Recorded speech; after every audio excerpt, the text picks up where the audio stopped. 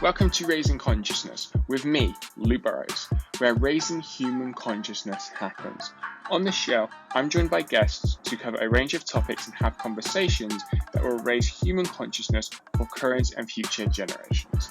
Now, let's dive into today's show. All right. Hi, everyone. Welcome back to Raising Consciousness with myself, Lou Burrows. And today on the show, we are joined by podcaster, musician, and media specialist Rob Flis, who has been... F-L-I-S. So no problem. Everybody gets that wrong. Really? Okay. It's good because I'm all for actually with names. So thank you for the correction. But Rob, anyway, you have been working in digital publishing since 2013. And you also have a podcast that's called Breakthrough. I had the pleasure of coming on your show. Was that last week or the week before? Maybe. A couple of weeks ago, I think. Yeah, a couple of weeks ago. Time goes fast, right? I've got a lot of projects and stuff. So it's okay. I was just thinking, when was that? But no, I loved coming on to your podcast. And obviously, wanted to bring you here onto Raising Consciousness as well. So for those who don't know who you are, we'd love to, in a minute or two, in your own words, kind of summarize who is Rob and what got you started on your own journey of personal development, ultimately. Yeah, for sure. So, my name is Rob. I've been working in the digital media publishing space for about the last 10 years. I graduated from university here in Montreal, where I live, with a bachelor's degree in journalism. And then I just decided to apply myself to the media landscape, and that's where I've been kind of residing ever since.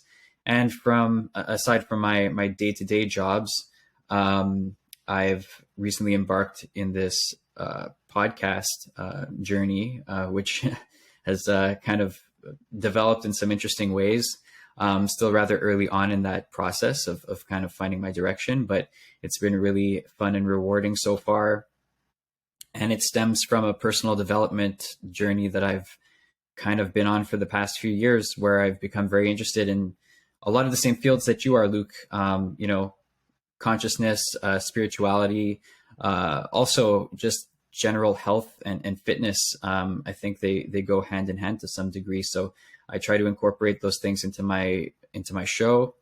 And aside from that, I've been a musician for most of my life. I've been playing in bands here in Montreal locally for almost 15 years. So that's another big part of my life that some people don't know about. But yeah, that's me. Excellent. Thank you, man. So yeah, I'm really curious by how people get started with, want to say with their personal development, but ultimately starting that journey of their consciousness journey, right? Like becoming more conscious, entering personal growth, because it's not, well, especially here in the UK, and I'm assuming it's the same. I've had a lot of people from America on, so I'm sure it's the same where you are, whereby, it's not something that, let's say, is in the education system, right? So we kind of find this path, finds this way of living, ultimately, because I believe that's what it is. So some people find it through their own low moments, their own challenges, their own setbacks. Some people might find it, if they happen to be in I don't know, maybe a career where it's encouraged. So I'm curious, where this all started for you. And I know you said the podcast, you're just the start of that journey, but then how that's evolved into doing what you do now. And then, we'll kind of take it from there. Yeah, that's a very deep question. And I can go far back with it. One of the bigger turning points in my life, I guess, happened when I was a kid. My father passed away when I was 13. And that changed everything for myself and my family. And I think it kind of put me on this trajectory where I went through a lot of challenges when I was a teenager in high school. Just the way that I responded to the world was shaken up by the events of my dad passing away. And it took a while, but I think ultimately I drew a lot of positives from it, from the struggle that I had to go through. And I think that contributed heavily to the path that I'm on now, because my outlook on the world is very different. And I see the way that I was when I was growing up, in high school, the way that I treated some people, friends, because of the trauma that I had dealt with. And there's better ways to deal with it, but you have to kind of go through that process in order to discover that. So I think that really shaped the path that I'm on now. And then, going through that, you mentioned the education system and how, consciousness, spirituality isn't really a huge part of that. I agree.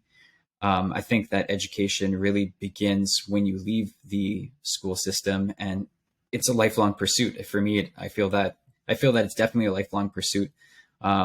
Working in my career has taught me many things. Part of the reason why I embarked on this podcast project is because I wasn't feeling completely fulfilled with my job, and I wanted to add something to my life that had meaning. And I know that we've spoken, about the 9 to 5 grind and how a lot of people get used to that. And, it's a reality that not everybody can totally escape. I find a lot of pleasure in the work that I do, for the companies that I work for, or have worked for. But at the same time, I always want to have some sort of personal development project going on the side. And that's what my podcast is for me at the moment, because it fulfills me in a different way. And it's the same thing with the music projects that I've been working on for the past 10 to 15 years. Like with the podcast, obviously the music that you do, I find that fascinating, because a lot of people, I think, feel like they can't do that, right? And what I mean by that is maybe that they, I get a lot of people like, well, Luke, how did you start, right? So a lot of people don't know how to get started, or they feel like they're not qualified to start, or whatever the reason is, whatever the underlying limiting belief that is from holding them back. And so did you ever experience that? Did you ever have that? And if so, how did you navigate that? And if not, what would be still some words of wisdom that you would share with someone now that you have started it, if that makes sense? So we'll kind of explore that. No, I absolutely have dealt with those feelings, that imposter syndrome where you feel like, why should I be doing this? Like, why me? What's special about me? You don't feel like you're qualified to do some of the things that you want to do, and it can hold a lot of people back from even getting started. But it's actually one of the main focuses that I like to explore on my podcast, which is called Breakthrough, because I'm interested in those breakthrough moments where you decide to take the plunge, and build up your courage to actually do something that's scary. And I think that there's value in discomfort, and that's where we see the most growth oftentimes. So I like to, in my personal life, I try to get comfortable with the idea of being uncomfortable, and that it's okay. And that's what it means to get started on a project. Sometimes people tend to want to over prepare for something and make sure that it's perfect right out of the gate. And you can spend years planning something, but until you actually take that first step, it's not going to start to happen. And the biggest learning experiences you can have, I think, come from action more than, planning. So that's the philosophy that I kind of follow. It's been that way with my music career, so to speak. You're not good at the beginning. You have to accept the fact that you're going to start out and not be the best, and then develop and grow, and things will improve. But if you dedicate yourself and you're okay with not being amazing right at the start, that's what you need to do. That's how all of the great people that you see all around you, that's how they all started. So you mentioned there, I wrote down biggest learning experience through action. So what have been some of your biggest learning experiences that you have undergone through actions that you've taken, whether that is, the podcast or the music projects you have? Yeah, well, I can speak about the podcast because it's one of the more recent projects that I've undertaken.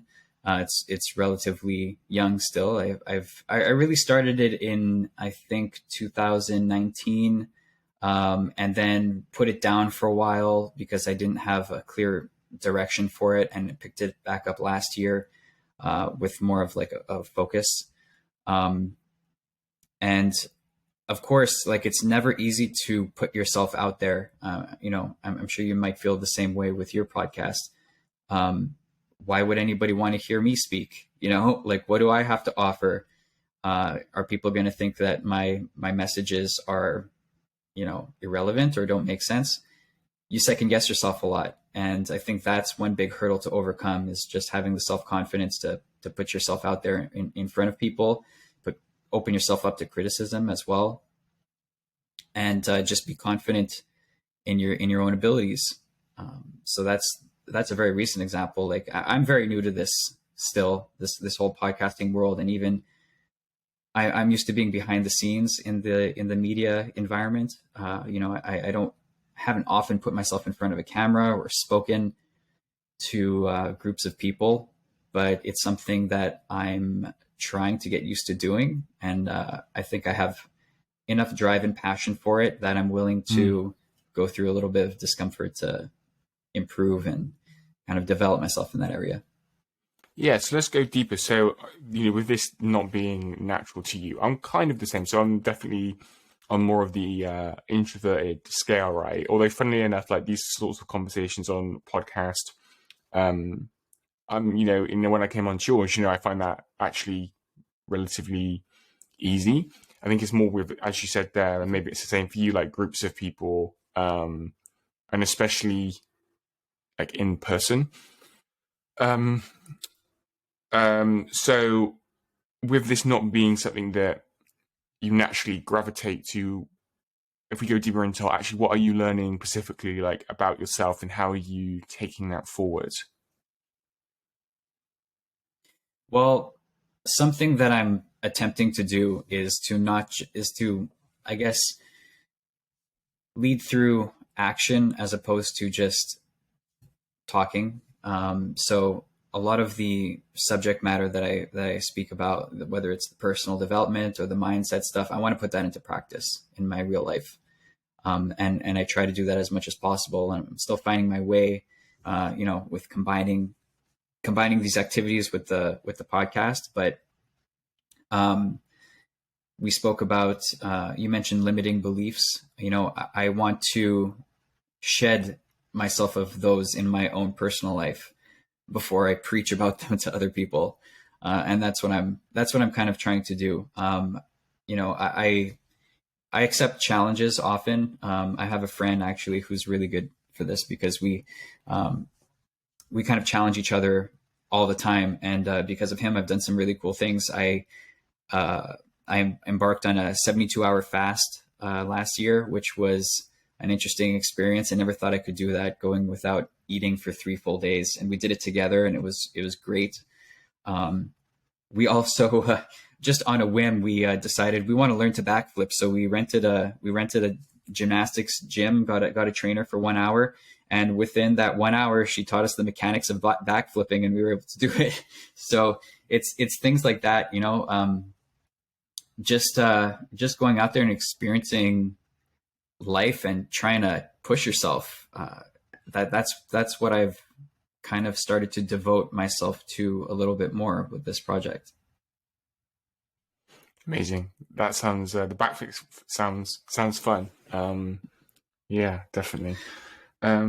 Cool. So I guess also like with the podcast, you said you started it and then stopped. So you started it in 19, paused. Yeah. You didn't have that direction. So when you came back to it, did you have more of a vision for what you wanted it to be and created in? Where do you feel like did that focus come from having the break? Talk to us through that process. Yes, I think the break helped to kind of crystallize the direction that I wanted to take, but then also just the process of picking it back up and doing it again helped shape the path as well. And one thing that I realized through doing it is that I actually know so many cool people who are doing awesome things. And I wouldn't have realized that necessarily unless I really sat down and thought, who would I like to speak to? Because there's people that I've worked with in the past or have gone to school with, or, any number of times in my life that I've just encountered these people who've actually gone on to do some pretty incredible things. And I think that it's worth celebrating people in our lives like that and encouraging people who are doing awesome stuff. Like I interviewed a friend that I had growing up in school who is now a golf coach and is coaching somebody on the PGA Tour. Like that's amazing. I wanted to speak to him. I have a former colleague who is a fitness influencer with over 2 million followers right now, who blew up over the past 2 years. I needed to speak to him. I needed to know what that was like, how he accomplished that. And I think that I don't want to generalize in saying this, but I feel like a lot of people, or at least a lot of people that I've encountered in my life, have a sense of competition with others and don't want to recognize others' achievements because it makes them feel less. And I couldn't be more different than that. If somebody around me is succeeding, like, I want to cheer for them and I want to talk to them all about it and find out how they did it. And hopefully those conversations will inspire others to do similar things and to believe in themselves a little bit more and see that it's possible to put yourself out there and have success in ways that you didn't think possible. And that's kind of what I'm all about. I love that. I wrote down here, curiosity. So it sounds like you're definitely a very curious person, which I think is a great skill and kind of trait to have, and I see often a lot of, and I was kind of myself actually before, probably pre-pandemic, maybe. I was, I wouldn't say I was like closed-minded or fixed-minded, have a fixed mindset, etc. But I just kind of recognized that over the past kind of 2-3 years, how developing that curiosity within myself has actually propelled my own personal growth, right? And actually, in particular, in the area of health, and just being curious about new ways of improving that and stuff. So but I don't know if you find it. For me, again, I don't think it's a balancing act. It's just something to be mindful of or aware of, is where that can lead. And what I mean by that is, so sometimes I can become a little bit overwhelmed with all the information within like the personal growth space and domain and stuff, because, and again, especially within health, there's a lot of conflicting information sometimes, and when you are curious and so open, Yes. you kind of take it all, for me, like, I take that all on board and then go through a process of like, actually, how do I figure this out for me, for me and my life, and that's a challenge, a good challenge, definitely I think it's a good challenge to have. Do you also resonate with that, and how do you go about navigating everything, I guess, within the information overload that can happen? Oh yeah, I definitely relate to that big time. And I guess we can start by focusing on the health field, since you brought that up. We're so blessed to have the abundance of information that we have at our disposal, but it's also a huge challenge to sort through everything because it is overwhelming. It's incredibly overwhelming. And I find often that, I suffer from information overload and just, also being working on a computer all day is a challenge in and of itself. Just being exposed to all of this stimulus, that I'm not sure we are designed to handle, to be honest with you. So, our brains undergo a lot of stress and we absorb a lot of information. And I think it's important that when you start to feel overwhelmed, that you're able to take a step back, that you're able to calm yourself. I think this is where meditation comes in handy big time. Because, if you just let all of this information wash over you, and then take a step back, some of it might linger. And those are the things that might resonate closely with you that you can try and implement in your life. So that's the way I kind of approach it, is like, if I'm absorbing a lot of information and then kind of say that's enough for now, I leave it alone. And then the things that stick are probably the things that are worth trying and implementing. And that's the way I kind of like look at it with a lot of things. Even, I mean, like yourself, I know that we've spoken about this too. I don't watch a lot of news, and I try to limit my consumption of that type of media. But that's the way that I generally deal with pieces of information. You know, if it's not sticking with me when I take a step back and like, you know, just try to clear my mind, then it's probably not worth the effort to think about. Interesting. Yeah, definitely. And do you have any examples of like that you can draw upon in your own life that maybe you heard that over there, then heard that over there, and you're like, these two pieces of information don't necessarily go together, and so how you navigate that to find the truth for you, if that makes sense. You know, it reminds me of a program. So I'm part of a platform called Mind Valley. Not sure if you've heard of it. And so they have all these programs. Yeah, I've heard of Mind Valley. Yeah. Yeah, amazing. I would definitely recommend it. And they have all these programs, but they're called quests. So it's it was basically around intuition, and basically one of the main takeaways I got was that there's only really like what feels true for us in the moment, and that actually to go with that. Basically, you know, that's the underlying thing, and that the world is very much living in the intellect and not from intuition and the spirit, etc. And so in the intellect you do have things of like right and wrong, and so to navigate that, to come back to actually what feels true for you for now. And I love that, you know, that's something that, you know, trying to implement. So yeah, I guess that was a long way of me saying, like, if there are things in your own life that you can draw upon where you've had to navigate through because you have had these conflicting pieces of information.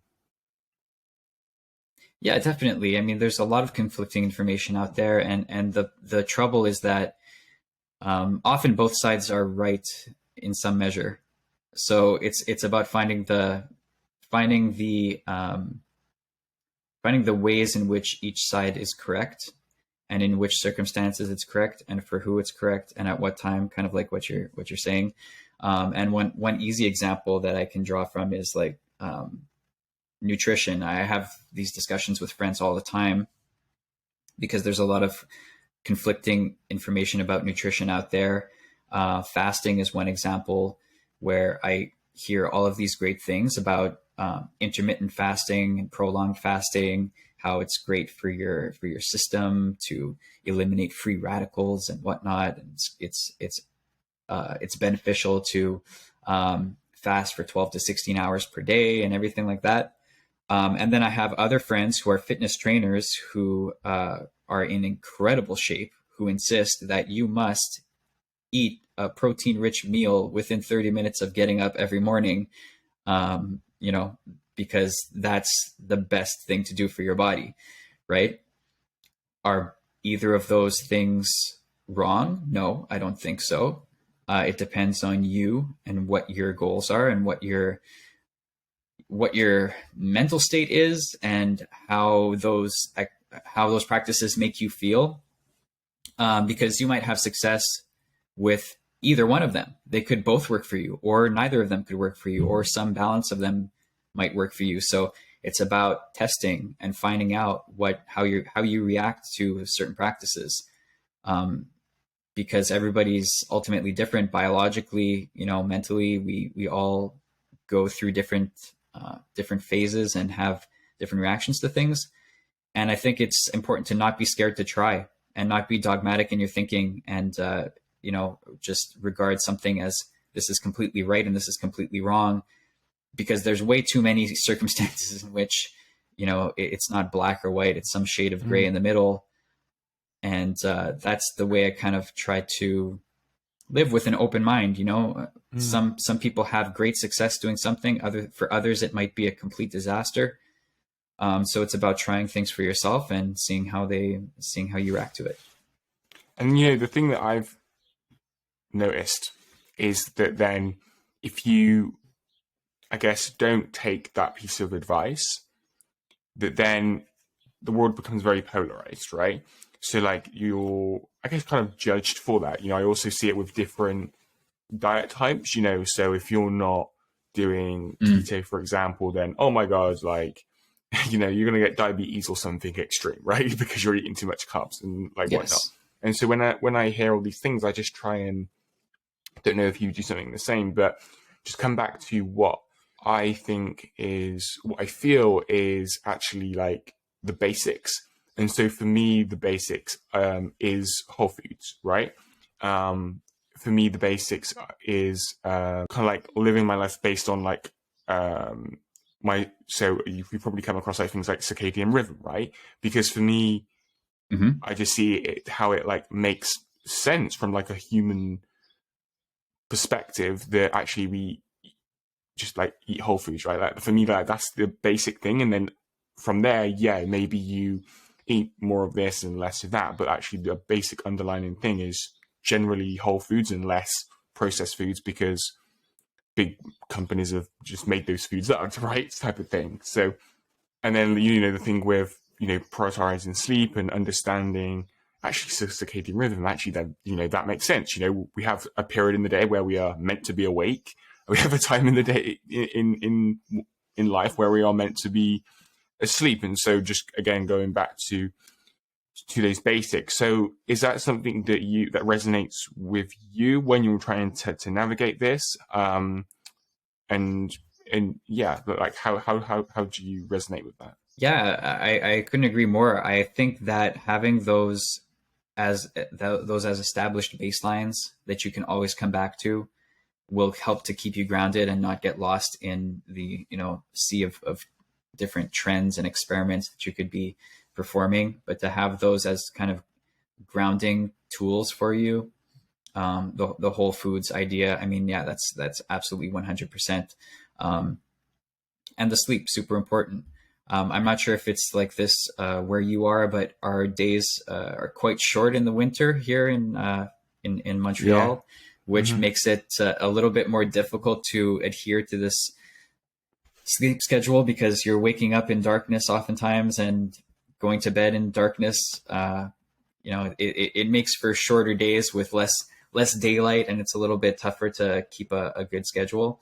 But yeah, I mean, what else can I say? I definitely think that there's value in having that baseline that you can always go back to keep yourself anchored. So on that point, Rob, there's this great podcast that I would recommend. I think I might have shared it when I came onto your podcast, called The Model Health Show by Sean Stevenson. And there's been many episodes around circadian rhythm. And when you mentioned there about the winter months, so it was something like that. And then for us, like our times changed, right? So you have like Yes. daylight saving, and so they change in March, I think, and then I want to say October. But the change is only, I think, I don't want to get it wrong per se and put out wrong information, but basically a lot of the experts that he's had on was actually that this concept of changing the time is actually a man-made thing, right? And that actually our biology, etc., has had to catch up with that. And I was reflecting on that, because every time we change the clocks, I can't put my finger on it, but I just generally feel different. I don't know if you can resonate. And I was reflecting on that, and it's mostly during. Maybe I'm the opposite, but it's generally when we change it. When we lose an hour's sleep. So when we change it from like the time I'm in now to summertime. So when we change it in March coming up next month, Yeah. that is when I'm going to notice the biggest difference. And with that, I'm actually playing with this concept of not changing my clocks. So operating on so literally everyone else in the UK would be operating on the new time, and then there would be like me trying to operate on like the winter time. I'm really playing with that just to see how just to see like the difference, because I definitely feel a difference. I definitely notice a difference. So I'm trying to like set up a system whereby, like for booking podcasts and stuff, like my calendar is going to be that 1 hour difference. So I have to develop a system for it. But I guess my point there was actually how it's a man-made thing. I think it's probably like in the last like Yeah. 50 to 100 years or something, and so our species ultimately has had to adapt to that, and I just kind of see, and it was for, what was it for? So I think one of the reasons they changed it, again, I'll have to find the episode out and link it down below for people to actually listen to it, because again, I don't want to give out wrong information, but it was something like they changed it for something to do with like making money or something, because it would mean that people would be up later at night, and I think it's something like more gatherings, like more partying or something like that. So they would spend more money or something like that. But anyway, I don't want to put out wrong information or anything, so I'm going to link that down below. And then there was a type of, then they like brought it up in, so this was in America, and then they brought it up in I think like Congress or something, to go back to not changing it, but it didn't get through for kind of that reason. Right. So I'm definitely going to link it down below, because I can't record the exact details, but it just kind of made me realize that actually, from a systematic point of view, and it's the same when we're talking about nutrition and food companies, they don't care about your health, right? So actually, we have to be the ones that take responsibility for our own health and stuff, and our own personal growth. I think people struggle to understand that, and is that something that you've experienced from maybe the people around you? You're on this conscious personal growth journey, improving yourself, and you're realizing this, and so how do you also navigate that? Yeah, well, there's so many things to say about this. I'll go back to the time change thing because I had an interesting. Yeah, First of all, please do. my understanding of why they implemented daylight savings time, I heard that it was because it had something to do with the farmers, with farming, that because there was a smaller amount of daylight, that they needed to shift the time so that to maximize the amount of daylight, so that farmers would wake up earlier when it was still bright or whatever, and be able to and finish the day earlier before it got dark. That had something to do with it in my mind. I'm not sure where I heard that bit of information, but I think that might be Yeah. one of the reasons. So just on that, so growing up, I also heard that too, but then listening to this podcast, I'll find it out, I'll link it down below and I'll send it to you. There was like another reason, and it was something to do with like maximizing profit or something, somewhere along the line. Right. But either way, I mean, both may be right. Either way, it's more of a corporate decision than a human health decision to change the time. And like you, I also feel it. I think for me, it affects me more in the fall when we roll it back an hour, because all of a sudden it's dark 1 hour earlier than it was before. So like, we're eating dinner in darkness instead of in daylight. That's kind of a bigger deal for me. And kids, I think, feel it especially. I know that I have a daughter, and every time we change the time, it affects her sleep schedule. She's like waking up, falling asleep and waking up differently, and her naps change during the day. So like it takes a while to adjust and get back on everybody else's schedule, because biologically you're just not used to it. You're not used to following that 1 hour difference. But to respond to the second part of your question, which was about other people's habits and taking and having to put your health in your own hands, because there are so many. I guess with food, especially, that's a big one. Corporations that are meant to make things fast and easy and convenient, but not necessarily healthy for you. So you need to kind of take responsibility for that. Yeah, totally. I see a lot of people around me who don't eat the same way that I do, and I try not to judge first and foremost, because, you know, I don't know the inner workings of everybody's life, and I won't, presume to know better than anybody else. But I'm doing what's working for me. I'm trying to set an example, and if people see that I'm doing things a certain way and that it seems to be working out for me, maybe they'll try it for themselves, and maybe they'll see positive results and make changes in their own life. I don't like to preach to people about what to do, but I do, insist on living the way that I think is the best for myself without compromise. And I hope that others see that and can draw from that. No, definitely. I know. I was just trying to find the episode. I think I might have got it, so I will link it down below. But no, Rob, in the time that we have left, is there anything else you're passionate about sharing, wanting to share with our audience today? Maybe some top lessons that you've learned from your journey, or anything really on the topics of, as we've been talking about health and self-improvement that you think would add value to the lives of our listeners?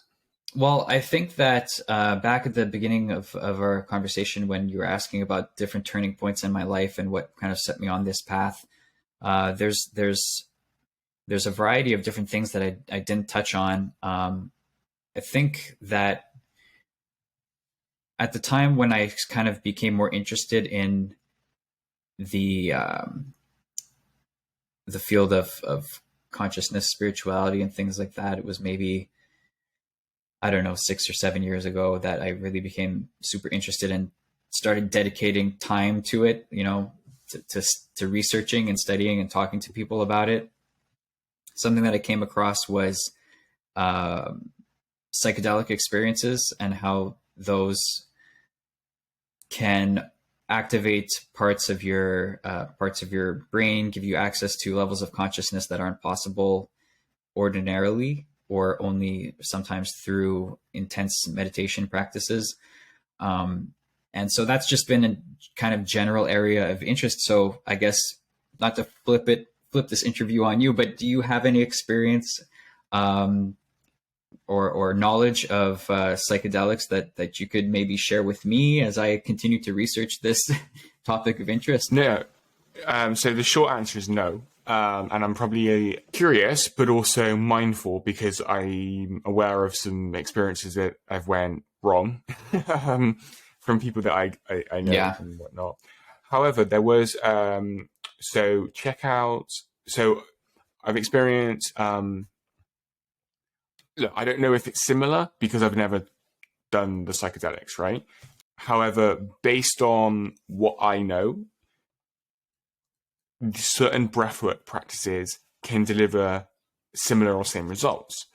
So there was this, so there's this company called Soma Breath that I would recommend to everyone as well, that combine meditation, breathwork, and basically this really cool, when you listen to it, like music experience into one. And basically I do their daily dose breathwork practice every morning, and I also I kind of rotate different type of mindfulness practices in the evening. But I came across this again on this platform called Mind Valley, although I did know about the founder beforehand. His name is Niraj, and so yeah, he's the founder of Soma Breath, and yeah, again, based on taking his course and going through all of his content and actually experiencing the breathworks, apparently it's similar to what you would experience taking psychedelics and using that sort of medicine, or whatever you call it. So that's what I would share on that. Again, I don't know. All I know is that through experiencing this, the meditations are very deep and impactful. And so I started that on September, October time, and it's definitely been one of the best things I've done. Adding more, because beforehand I would just do meditation, so I just like have my headset on and just listen to a guided audio track and just focus on the moment, etc. Where now I introduce the type of breathing. So, for example, if I want to gain more energy, then I would breathe in for longer, I think, then I breathe out. And if I want to relax, I would breathe out for longer than I breathe in. And so these types of different breathing techniques that can either give you energy, put you in a relaxed state, and there's more. So definitely check out Soma Breath, and I would again link that down below for everyone, because I think like if you start with something like that with breath work, I think that's the safest way as well. But yeah, in terms of the other stuff, I wouldn't want to comment because I haven't experienced that, and I'm really happy with what I've done so far with breathwork. That's great. Thank you for that recommendation. I'm definitely going to check that. And the thing with breathwork is that, so if I try and describe like the feeling, I guess. So obviously it depends on, so on like the energy one, you actually feel, it's really weird kind of feeling, I guess. You actually feel like the energy cultivating like inside of you. Yeah, I often feel like quite warm, and you can just like feel this ball of energy, and then the meditation walks you through is that you kind of take all this energy and are you familiar with like the third eye? Oh yeah. Yeah. And then you definitely. And then you try and like put all this energy towards the third eye, obviously while doing the breathing. So again, I find it hard to explain like the sensation, like the feeling that you have, but it's definitely nothing that I've experienced before. Let me put it that way. And kind of in a good way, although the first time I did a longer one. It was like 35 minutes. Like I had to open my eyes halfway through because my head was spinning. It was like, wow, like, oh shit. My head, and then I was like, went back into it. But yeah, apart from that, it's been transformational for me, for sure. Oh, that's great. I'm definitely going to try that out then. Have you came across breathwork before? Yes, but I've only ever just dabbled in it. Watched some videos. And are you familiar with Wim Hof and the amazing things that he can do? I mean, that's intimidating because he's such an expert and so advanced that you see some of those things and you're like, oh my goodness, like what like how is that even possible? But I'm sure that there are many more practical applications for everyday life that aren't so extreme. It's just a question of getting started. And, we all have busy lives, busy schedules, but we have to make the time for some of these things. No, definitely. And it's interesting. So some of, I'm not sure if it's within the Wim Hof. So he has an app that I use as well. So I use that to track my breath hold time. So how long I can hold my breath. So that's also recommended in basically the program I took with this Niraj, who's obviously founder of Soma Breath. Apparently, some of the guided audios or tracks that are in the Wim Hof kind of app experience, the soundtracks this Niraj created. So yeah, they've kind of worked together beforehand as well. And then he's obviously went off and built his own company. So very all fascinating. And I would definitely recommend diving it into a bit more. But yeah, in terms of the psychedelics, I'm probably not your person to ask for that. But yeah, we will see where our journeys take us, my friends. In the time that we do have left, feel free to share where people can find you online if they want to learn more about yourself, your podcast, and yeah, any other final thoughts you have. Sure. So my podcast is available on YouTube and on Spotify. It's called Breakthrough with Rob Flis. You can also find it on Instagram and Facebook. And if you would like to find my personal page, it's at Rob Flis on Instagram and Facebook as well. And Twitter, I guess, although I don't use Twitter so much. But yeah, that's where you can find me. And if you're interested, please, shoot me a message. If anybody would like to speak with me, be a guest on the show, I'm totally open to that. If you have anything cool to talk about, just send me a DM and we can set it up. Amazing. Awesome. Well, Rob, thank you so much for joining me today. It's been a great conversation. And hopefully it's provided a lot of value to our listeners as well. It's been a pleasure, Luke. Always great talking to you. Amazing. Well, guys, I will be back next week for the next episode of Raising Consciousness. Have a great one, and I will see you then. And for more after today's show, be sure to head on over to raisingconsciousness.show to get all of the show notes, transcriptions, videos for each episode, and a hell of a lot more. And if you got value from this episode, found it insightful, or learned a thing or two, please leave a review where you can let everyone know that this show is worth checking out. I appreciate you so much. You'll be hearing from me in the next episode.